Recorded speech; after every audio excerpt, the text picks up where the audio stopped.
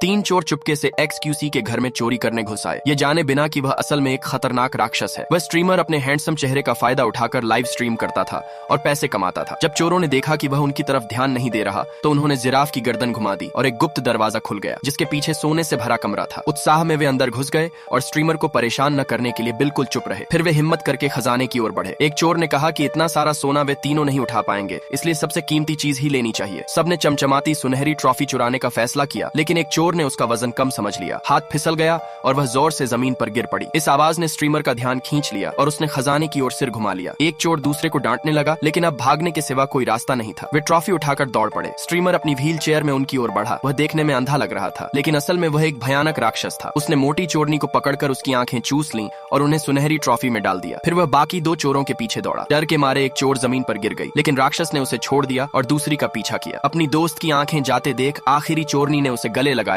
Trophy को कसकर पकड़ा, एक खंभे के पीछे छिपकर कांपती रही और फिर दरवाजे की ओर भागी। लेकिन राक्षस पहले ही उसकी जगह जान चुका था और उसके सामने आ खड़ा हुआ। जैसे ही वह उसकी ओर बढ़ा, घबराकर चोरनी ने ट्रॉफी फेंक दी। हैरानी की बात यह थी कि उसमें से अनगिनत आंखें बाहर गिर पड़ी और राक्षस की नजर तुरंत चली गई। जब वह अपने ही आंखों को सोने में टटोलने लगा, तभी उस औरत ने मौका पाकर दूसरी चोरनी को चुप करा दिया। सब्सक्राइब कर लो, अगला पार्ट जल्द ही आएगा।